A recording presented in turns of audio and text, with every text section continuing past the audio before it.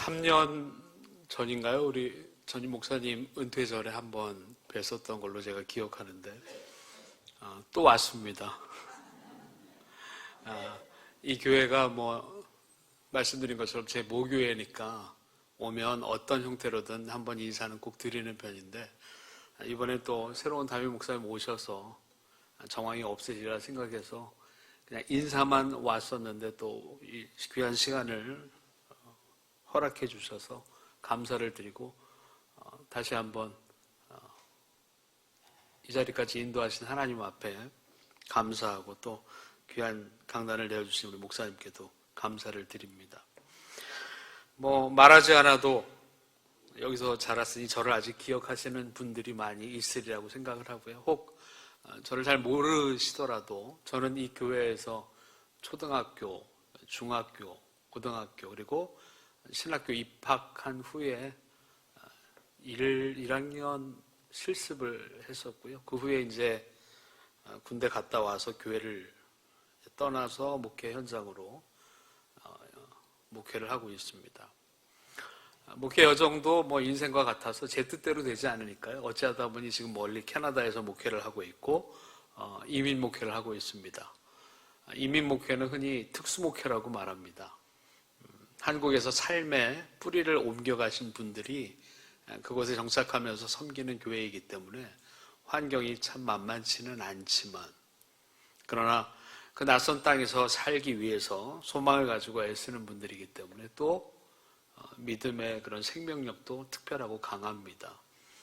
아무튼 그런 목회 현장에 있다가 여러 형편과 이유로 고국을 방문했는데 다시 한번 감사를 드리고 허락하신 주의 날 우리 함께 하나님 말씀으로 은혜를 나눌 때 저의 부족함을 가리우시고 말씀 그 자체로 은혜가 되시기를 간절히 축원합니다. 오늘 아까 우리 장로님 기도하시는데 좀 감회가 특별하더라고요. 헌금을 봉헌하러 나오신 우리 권사님도 그렇고 제가 기억하기로는 제가 신학생 때 가르쳤던 초등학생들, 중학생이었는데 어느새 장로가 돼서 권사가 돼서 섬기는 것도 감사하고 시간이 그만큼 많이 흘렀구나. 교회 여러분은 오늘 종교개혁주일입니다만 제가 섬기고 사랑했던 교회를 위해서 준비했던 말씀은 오늘 시편 107편 23절부터 30절의 말씀인데요. 소원의 항구로 인도하시는 하나님의 은혜를 함께 생각해 보고자 합니다. 150편에 달하는 시편 가운데서 특별히 감사라고 하는 특별한 주제를 담은 시편이 한 5편 정도 됩니다. 그 가운데 오늘 함께 나누신 이 107편은 그 앞에 있는 105편, 106편과 더불어서 자신들의 그 역사 속에 이스라엘 백성의 그 역사 속에 함께 하셨던 하나님, 돌보시고 지키셨던 하나님에 대한 기억을 고백하는 내용입니다. 그리고 이제 107편에 이르러서 그들이 계속해서 하나님 앞에 그 지켜주신 은혜를 고백하고 감사하던 중에 사실 저희가 오늘 함께 나누신 본문 23절부터는 자신들의 고백이 아니라 사실은 본문의 느낌상 하나 건너서 들은 이야기입니다. 왜냐하면 이스라엘 백성은 여러분 잘 아시는 것처럼 지금 현재 분쟁 중심에 있는 바로 그 지역, 지중해 연안에 있지만 역사적으로 바다와 관련이 좀 없었습니다. 다윗 왕과 솔로몬 때 전성기를 제외하고는 바로 지중해 옆에 있음에도 불구하고 바다를 경영하는 해양 국가는 아니었고요. 주로 내륙 쪽을 살기 위해서 애썼던 내륙 국가입니다. 그러니까 이스라엘 백성에게 바다는 굉장히 낯선 곳이에요. 잘 알지 못하는 곳입니다. 그리고 그곳은 늘 언제나 신비롭지만 두려운 곳이었습니다. 그래서 그곳에서 배를 띄우고 장사하는 사람들은 이러하더라라고 하는 말로 오늘 말씀을 시작하죠.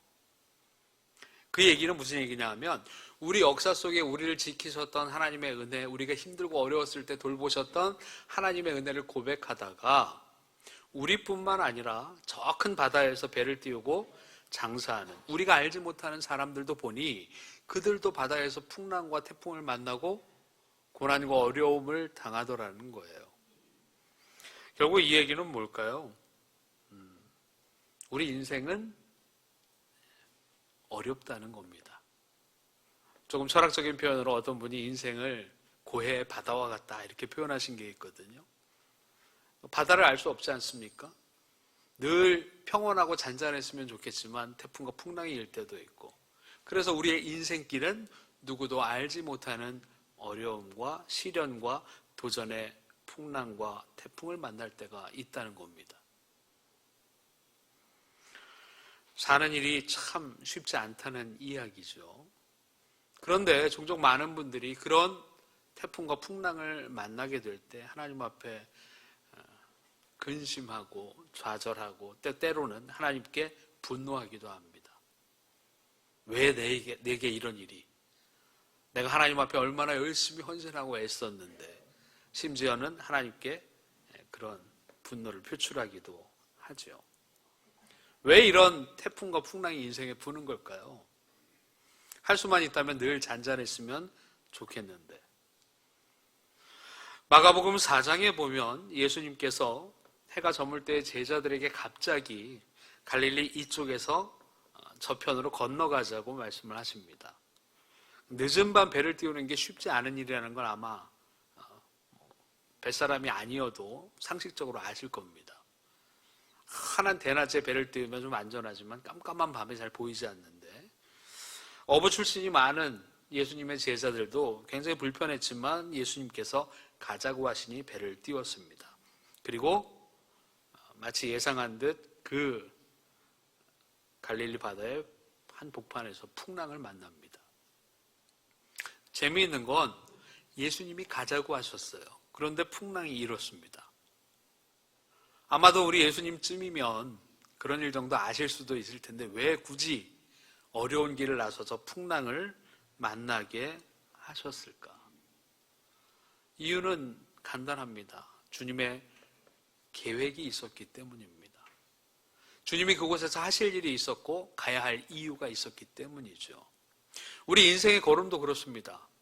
우리를 인도하시는 하나님께서 우리로 하여금 태풍과 풍랑의 바다를 지나게 하실 때는요, 그 태풍과 풍랑을 지나서 우리로 하여금 하나님이 이끌고 가시려고 하는 계획이 있기 때문입니다. 종종 많은 분들이 인생에 어려움이 생기거나 고난을 만나게 되면 마치 이 고난이 하나님의 상대인 것처럼, 하나님 물리쳐 달라고, 하나님 어떻게든 우리 하나님이 힘이 세시니까 이겨달라고 말씀을 하시는데, 조금 생각을 정리할 필요가 있는 건 이 땅 위에 벌어지는 모든 일, 심지어 악한 사단의 계획까지 모든 것은 하나님의 섭리 안에 있다는 것을 기억하시기 바랍니다. 그 어떤 것도 하나님을 맞서는 것은 없어요.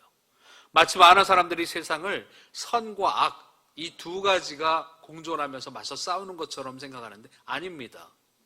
하나님은 전능하시고 하나님은 모든 것을 주관하세요. 심지어 악한 것, 사탄까지 하나님의 권능 아래, 섭리 아래 있다는 것을 기억하시기 바랍니다. 많은 분들이 좋아하시는 욥기 1장을 보면 욥기의 시작 장면에 하나님께서 하나님의 아들들이라고 불리우는 천사들과 하나님 나라 천상에서 회의하는 장면이 나와요. 그런데 회의를 한참 하고 있는데 저쪽에서 뭐 하나 이렇게 비실비실 걸어옵니다. 사탄입니다. 그래서 하나님께서 묻습니다. 너 어디를 그렇게 싸돌아다니느냐고. 그랬더니 사탄이 제가 온 땅을 두루 돌아다니다 왔다고. 물론 하나님의 백성들도 시험에 빠질 때가 있죠. 사탄이 두루 삼키는 사자처럼 막 찾아다닙니다. 그러나 그 사탄의 모든 일들도 하나님의 권능 아래 있다는 겁니다. 그렇기 때문에 우리가 만나는 인생의 풍랑과 파도가 두렵지만, 우리에게 위협과 어려움을 줄 때가 있지만, 그것을 주장하시고 섭리하시는 하나님이 계심을 먼저 믿으시기를 간절히 축원합니다. 무엇보다 폭풍우 속에 또 풍랑 속에 있는 우리를 그냥 두시지 않는 하나님을 기억하시길 바랍니다. 그 어떤 과정과 환난 가운데 있다 할지라도 우리를 기억하시고 응답하시는 하나님. 오늘 말씀 중에도 이 풍랑을 만난 사람들의 두려움을 간담이 놓고 그들의 지혜를 아무 쓸모없게 만든다고 하는 표현이 나옵니다. 사람이 계획하고 사람이 머리로 해결해 보려고 하는데 되지 않아요. 되지 않습니다. 결국 그래서 하나님 앞에 부르짖을 때 하나님이 응답하시고 하나님은 들어주십니다. 한국 사람이 가장 좋아하는 그 시편이 보통 시편 23편이죠. 암송하시는 분들도 많이 있는데 이 시편 23편의 시작은 여호와는 나의 목자시니 내게 부족함이 없으리로다. 그가 나를 푸른 풀밭에 누이시며 쉴 만한 물가로 인도하시는도다. 내 영혼을 소생시키시고 자기 이름을 위하여 의의 길로 인도하신다. 정말 좋지 않습니까? 그런데 4절에 가서 분위기가 잠깐 바뀌죠. 내가 사망의 음침한 골짜기로 다닐지라도 3절까지가 딱 좋은데 푸른 풀밭, 쉴 만한 물가 딱 여기까지만 살면 좋은데 갑자기 주님은 우리를 때로 사망의 음침한 골짜기로 이끄십니다. 앞서 말씀드린 것처럼 사망의 음침한 골짜기는 정말 죽음을 뜻하는 것이 아니라 그냥 그렇게 보이는 곳. 왜냐하면 그 길을 지나야만 목자가 우리에게 허락하고 싶은 푸른 초장이 있기 때문입니다. 그래서 4절의 후반은 이런 약속을 붙여둡니다. 사망의 음침한 골짜기로 다닐지라도 해를 두려워하지 않을 것은 주께서 나와 함께 하심이라. 주의 지팡이와 막대기가 나를 안위하시나이다. 목자의 지팡이와 막대기가 그냥 걸어서 따라옵니까? 목자가 온다는 뜻이에요. 목자가 양떼와 늘 함께 한다는 뜻입니다. 양떼의 눈에는 사망의 음침한 골짜기로 보이지만 이 골짜기를 지나야만 살게 하고 먹을 것이 있는 푸른 풀밭으로 인도하신다는 뜻입니다.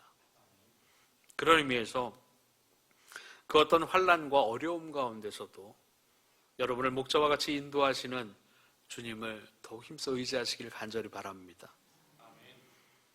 제가 한국에 보통 3년 단위로 이렇게 온 것 같아요. 한국의 발전 속도는 말씀드리지 않아도 여러분이 더 잘 아실까요? 여기 사시니까 잘 모르시죠. 저는 정말 많이 느낍니다. 오늘 아침에도 사실은 예배 직전에 조금 시간을 넉넉하게 두고 나왔는데 집에서 나와서 일단 첫 번째 문제는 택시를 잡아야 되는데 예전처럼 이 택시하고 가면 서야 되는데 예약을 해야 되잖아요. 물론 저도 제가 사는 곳에서 요즘 쓰는 앱을 씁니다. 그런데 제가 쓰는 앱이 외국 거라 그런가 잘 안 되더라고요. 급하게 부탁을 해서 택시를 잡았습니다. 제 기억에 제 어렸을 때 기억으로는 저희 동네가 그렇게 분주한 동네가 아니었는데 또 웬 놈의 차는 이렇게 많은지 예배 시간에 임박해서 들어오면서 참 오늘 큰 잘못할 뻔했다 염려했습니다. 이런 변화가 이 속도가 한국 분들에게는 익숙하기 때문에 별로 느낌이 없으시겠지만 외국 사는 저희가 가끔 이렇게 들어오면요 참 낯설거든요. 그런데 한 가지 깨닫게 되는 게 있어요. 삶의 속도가 변화가 빨라지면 자칫 잘못하면 주변을 잘 못 봅니다. 왜냐하면 너무 빨리 지나가기 때문에. 그래서 꼭 여러분 기억하시기를 바라요. 여러분이 살아가는 삶의 모든 형편과 환경에 역사하시는 주님이 함께 하십니다. 너무 내가 원하는 것만 보고 쫓아가면 주변의 것을 못 보거든요. 그런데 하나님은 우리에게 더 아름다운 풍경과 삶의 모든 여건들을 베풀어 주셨습니다. 내가 바라고 원하는 것만 바라보면 다른 걸 보지 못하거든요. 그래서 특별히 주님의 교회 또 함께 섬기시는 여러분 모두가 주일날 요즘 한국교회도 마찬가지지만 주중에 예배 예전만큼 열심히 드리시더라고요. 그런데 주로 저희가 주일날 모여서 예배 드리잖아요. 한 주일 만나서 교제하고 또 한 주간 각자의 삶을 살게 되는데 서로를 한번 이렇게 잘 살펴보십시오. 내 옆에 함께 예배하는 그 사람의 얼굴과 표정과 눈빛을 보면서 그의 삶이 어떠했는가. 그리고 우리가 함께 그렇게 주님의 인도하심을 받는 양떼임을 다시 한번 기억하시기를 간절히 바랍니다. 오늘 말씀은 중요한 결론 한 가지를 우리에게 가르쳐 줍니다. 오늘 본문이 우리 장의교회가 세번역 본문을 쓴다는 걸 제가 깜빡했는데, 제가 준비했던 말씀에 저희는 개역 본문을 보거든요. 30절에 그 말씀을 이렇게 기록해요. 그들이 평안함으로 말미암아 기뻐하는 중에 여호와께서 그들이 바라는 항구로 인도하시는도다. 예전에 개역 성경은요, 이 본문을 이렇게 번역했습니다. 저희가 평안함을 인하여 기뻐하는 중에 여호와께서 저희를 소원의 항구로 인도하시는도다. 하나님께서 고난과 고통의 풍랑을 이기고 온 이들을 어디로? 소원의 항구로 인도하신다. 그들이 바라는 항구로 인도하신다. 그 항구가 어떤 항구일까요? 목포항일까요? 아니면 가까운 인천항? 소원의 항구는 궁극적으로는 바로 우리 하나님이시죠. 그 영원한 평안의 품으로 안아주신다는 뜻입니다. 그런데 이 소원의 항구가 표현하고 있는 또 다른 그 의미 가운데 하나는요, 바로 오늘날 이 땅 위에 허락하신 주님의 몸된 교회인 줄로 믿습니다. 어려움과 고난을 당했던 그 배들이 궁극적으로 피난과 안전을 위해서 가는 곳이 항구 아닙니까? 그 항구에서 배가 정박해 있어야 안전하죠. 망망대해에 배가 하나 떠 있으면 그 배가 어떻게 될지 알 수 없습니다. 그래서 모든 배들이 태풍이 오고 풍랑이 올 때는 어서 빨리 분주하게 항구로 피신해서 거기다가 정박해 놓고 묶어 놓습니다. 그런데 재미있는 건 태풍이 너무 심하게 불면, 혹시 여기 바닷가 출신이신 분들 계시면 아마 알 거예요. 항구에 아무리 배를 잘 정박해 놔도 항구에서도 배가 부서집니다. 배들끼리 이렇게 촘촘하게 이렇게 정박을 해놨는데 서로 부딪혀가지고 망가지기도 하고 부서지기도 합니다. 그렇지만 그 배들은 다시 살 수 있어요. 왜? 거기가 항구이기 때문에. 제가 무슨 말씀을 드리려고 하냐면, 종종 이 세대의 많은 분들이 교회가 왜 그러냐고 이야기합니다. 교회는 특별한 곳이고 주님의 몸된 교회이고 정말 하나님이 역사하시는 곳이니까 뭔가 좀 다를 거라고 기대를 합니다. 물론 맞습니다. 그러나 교회도 사람이 모인 것이고요. 말씀드린 것처럼 교회가 항구라면 그곳에 정박해 있는 배들도 태풍에 부서지기도 하고 상하기도 한다는 뜻입니다. 교회가 완벽하지 않다는 것이 아니라 주님의 몸된 교회는 늘 거룩하고 강건하지만 거기에 연약한 우리가 있기 때문에 때로 문제가 생길 수도 있다는 겁니다. 교회에 대한 기대와 소망과 교회에 대한 꿈을, 사랑을 포기하지 마시기 바랍니다. 왜냐하면 교회를 통해서 하나님은 이 땅 위에 복음을 증거하시고 생명을 구원하시기 때문입니다.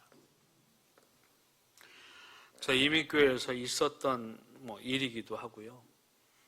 어머니 혼자서 외국에 나가서 온갖 고생을 하시면서 딸을 키웠어요. 근데 감사하게도 딸이 똑똑합니다.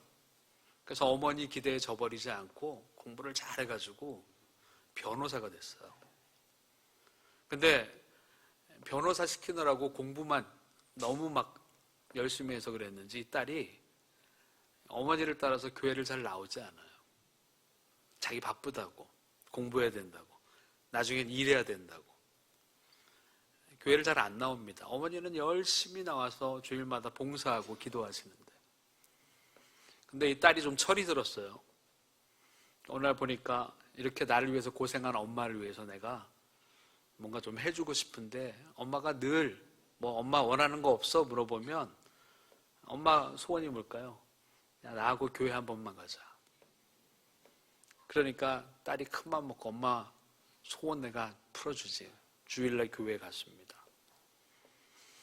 저희 교회이기도 아니고 여기 장유교회이기도 아니고요. 어떤 다른 교회이에요. 근데 하필 주일날 교회에 갔는데 그날따라 교회에 뭔 일이 있는지 예배 잘 드리고 나왔는데 이쪽 한쪽에서 아마 장로님들이나 중직자들 회의하시는 방이었던 모양이에요. 안에서 고성이 들립니다. 야, 네가 잘했어. 아무개가 그따위로 일을 하고 교회에서 말이야 소리를 지르고. 그러더니 이쪽에 고성을 피해서 식당이 있는데 갔어요. 갔더니 그쪽에서는 또 권사님들이 이렇게 모였나 봐요.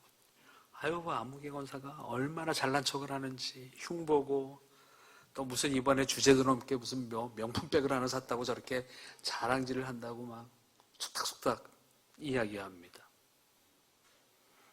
딸이 가만히 보더니 엄마, 이 좋은 날 저런 거 보려고 교회 다녀? 난 교회라고 해서 와보니까 좋은 줄 알았는데 말도 아닌 이런 데를 보자고 교회를 오느냐고.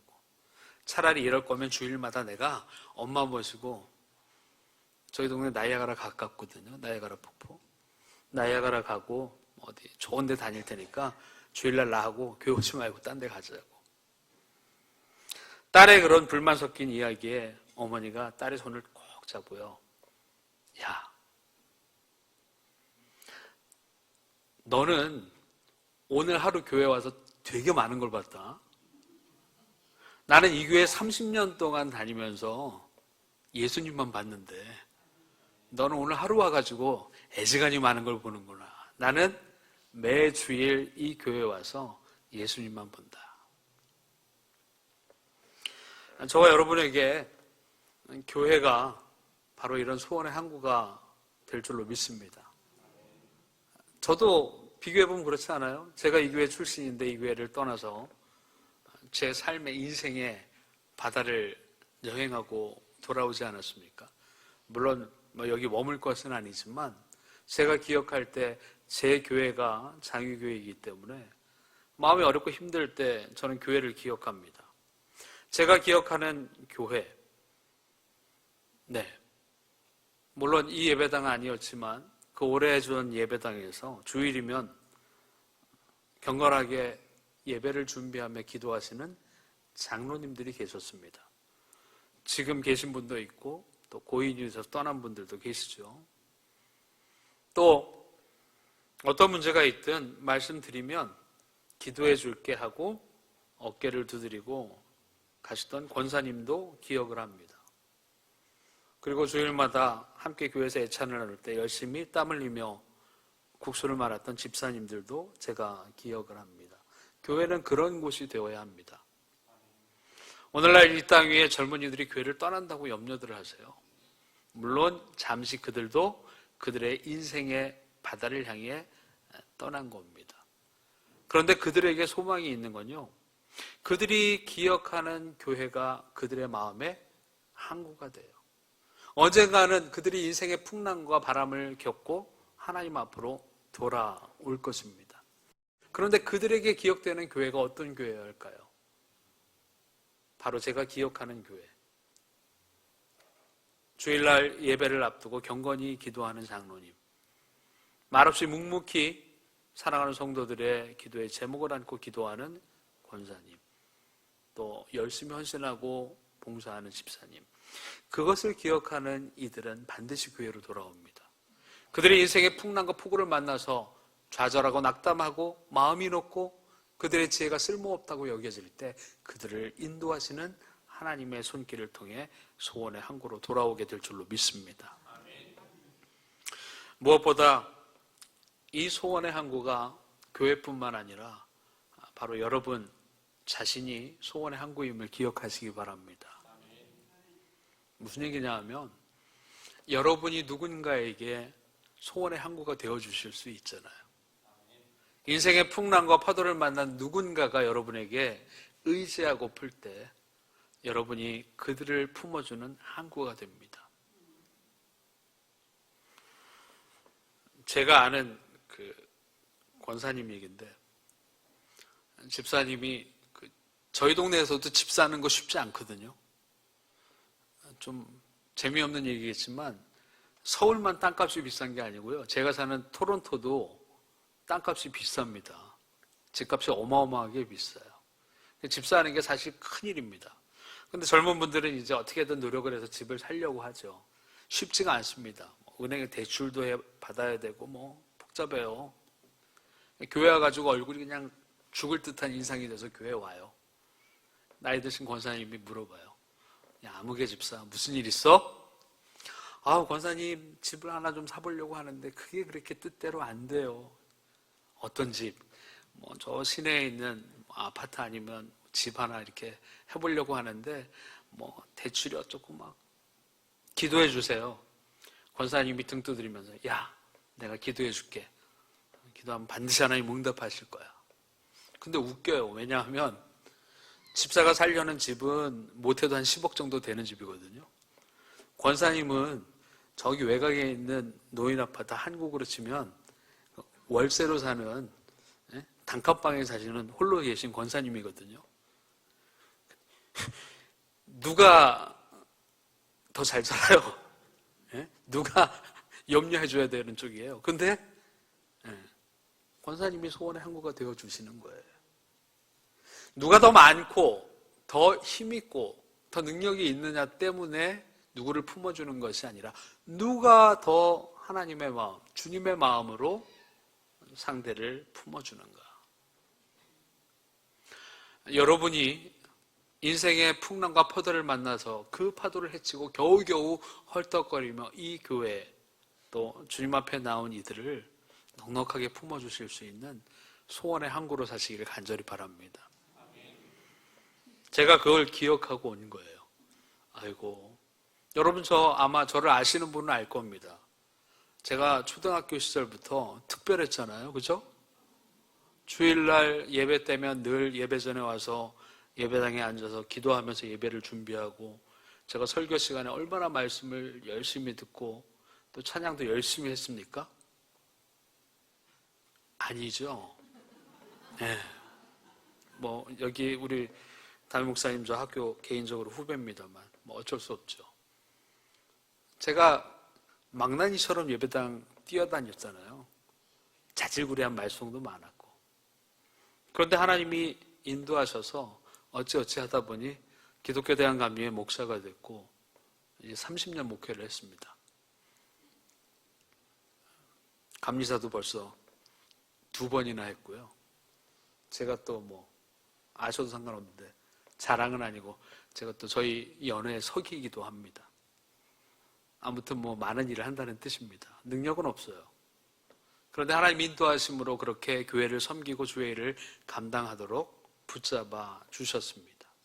왜? 제 기억에 교회는 늘, 주님의 몸된 교회는 늘 좋은 곳, 재미있었고요. 망나니 같은 저를 품어주시던 사랑을 배우게 해준 곳입니다. 그래서 교회 일을 하고 주님을 섬기는 일을 하게 된 겁니다. 다시 한번 두서없는 말씀이지만 하나님께서 우리를 인생의 풍랑 가운데 인도하시더라도 두려움 없이 나아갈 것은 주님이 우리와 함께 하시기 때문이고 인도하시기 때문인 줄로 믿습니다. 그리고 우리를 하나님의 섭리와 계획 가운데 소원의 항구로 인도하실 텐데 바로 이 교회가 수많은 영혼을 살리는 소원의 항구가 되기를 간절히 축원합니다. 여러분 각자가 누군가에게 인생의 풍랑을 만나고 파도를 지나온 누군가에게 위로와 힘이 되어주는 주님의 항구가 되시기를 간절히 축원합니다. 다시 한번 허락하신 귀한 제단, 제 마음의 항구로 돌아와 예배할 수 있도록 인도하신 하나님 앞에 감사하고 앞으로도 교회를 위해 늘 기도하겠습니다. 저도 여러분을 간절한 마음으로 사모하고 사랑하는 마음으로 기도할 터이니 여러분도 연약한 저를 위해서 또한 기도해 주시기를 바랍니다. 기도하겠습니다. 거룩하시고 자비로우신 아버지 하나님, 복된 주의 날 하나님 앞으로 인도한 걸음마다 하늘로부터 주시는 은혜로 충만케 하시고, 또 이 거룩한 예배, 기도와 찬양과 말씀을 통해 힘을 주시며 허락하신 은혜를 따라 하나님 앞에서 귀한 사랑의 교제를 이루게 하시니 감사합니다. 허락하신 주의 날, 또 하나님 앞에 부름 시간마다 세우신 주의 종들을 붙잡아 주시고, 특별히 하나님이 교회를 위해 택하여 세우신 우리 담임 목사님 권능 가운데 붙잡아 주셔서 귀한 양떼를 위해 말씀을 준비하고 선포하실 때 말씀 가운데 능력과 권능이 충만케 하여 주옵시고, 말씀을 듣는 이들마다 그 영혼이 살아나고 회복되는 놀라운 역사가 충만케 하여 주옵소서. 귀한 제단을 위해 세우시고 붙드신 주의 종들에게 은혜를 더하여 주시기를 원합니다.